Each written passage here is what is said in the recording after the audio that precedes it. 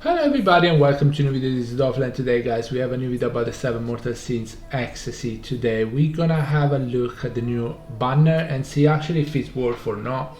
I haven't really looked into the skills of the two units because I actually want to have I just want to look into it while I do the video so we actually have an honest reaction, and I'll say what I think about the banner, if you should go for it or not, if it's worth going for it or not. Obviously I'm gonna keep in mind that there's a lot of free-to-play players, so I'm gonna do the valuation of the banner mostly based on that. But we're gonna have a look at the two units. There's two new units, there is a new banner and there is this new banner as well. We'll get into it in a second. Before you get into it though, don't forget to like the video and subscribe to the channel if you haven't already guys. It is free and support the channel a whole lot, so if you can, please hit the sub button. It really helps.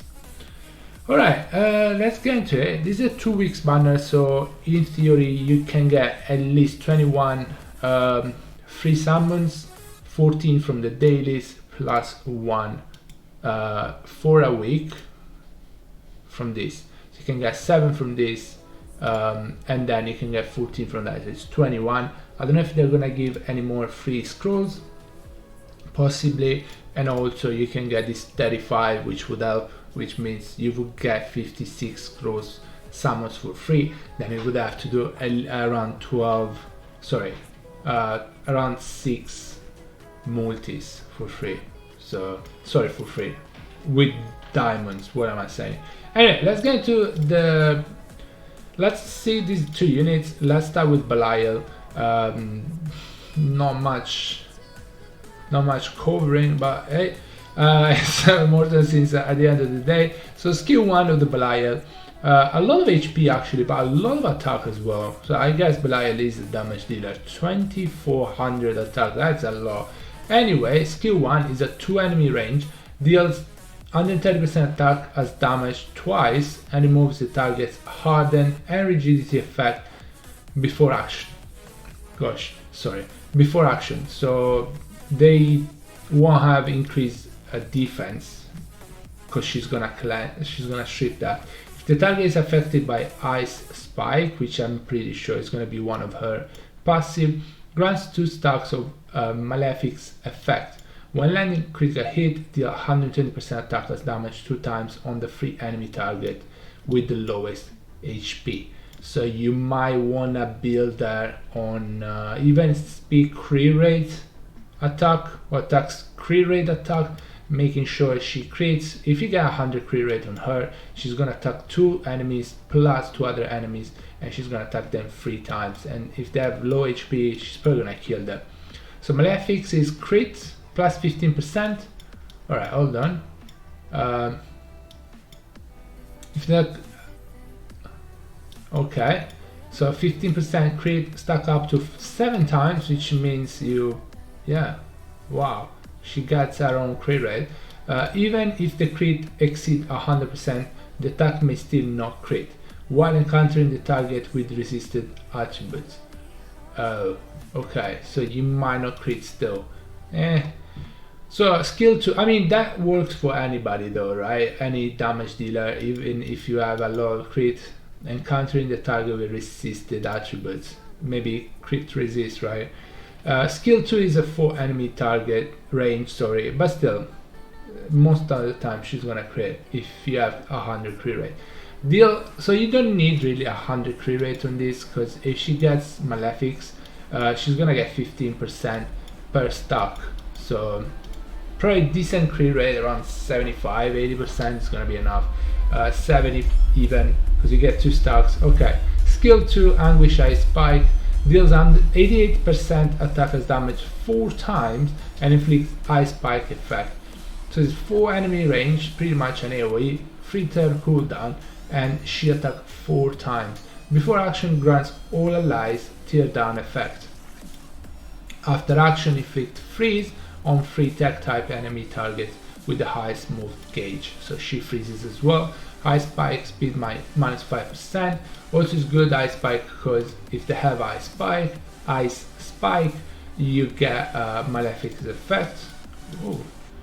Ice spike speed, okay, we checked that. Freeze will be immobilized and take damage over time until the effects wear off. Tear down, crit damage plus 75%, lasts for 3 turns. So all your allies will get crit damage up as well. And you can freeze, and oh my gosh. It's just for tech type though.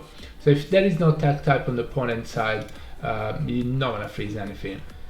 Ultimate skill, 190% attack as damage on all enemies, so AoE. Before action, open shield for all allies. When dealing damage on the target without elite effect, deal 35% of the target max HP as extra damage. If the target is affected by elite, grants all allies void slash.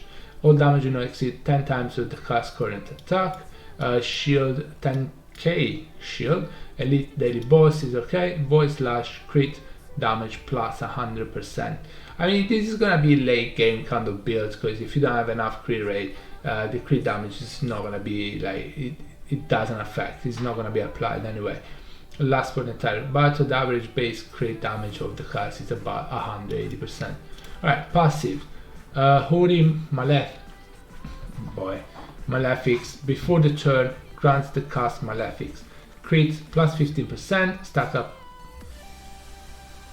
So she gets 15% crit rate from the passive already. So you definitely need 85% at most. Stack up to 7 times, that's for the entire battle. Seize the star, when the battle starts, grants the cast seize the star. When taking damage, restore the cast max HP by 30%. Lasts for 4 turns.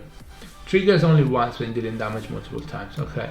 Melting ice, if the cast is affected by freeze, remove all allies freeze effect before the turn. So if she's fast, she's gonna cleanse everything. If they have if you get frozen. Vainglory, when battle starts, increases STR type allies max HP by 30%, lasting for the... Okay, she's a pretty good support, I would say. She has freeze as well. She gets crit by the passive. She's gonna do a lot of damage.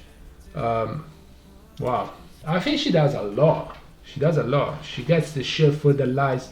She heals herself when she takes damage.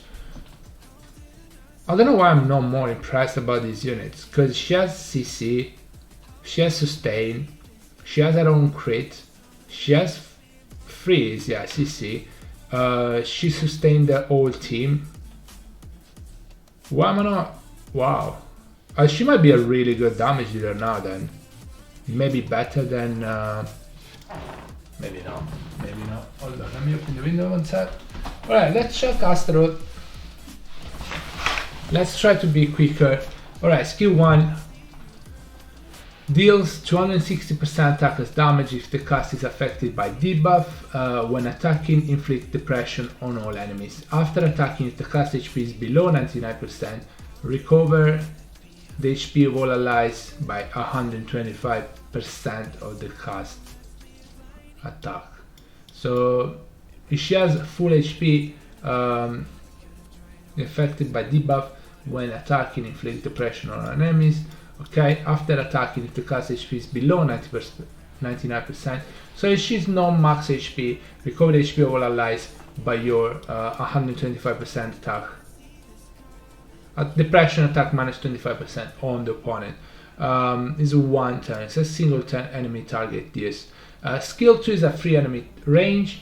Deal 160% attack as damage twice and inflict 3 stacks of rigidity on all allies after the action. Also reduce the move gauge of 2 enemies with the highest move gauge by 35%. If a target damaged by this skill is affected by all damage reduction, grants all allies all damage reduction.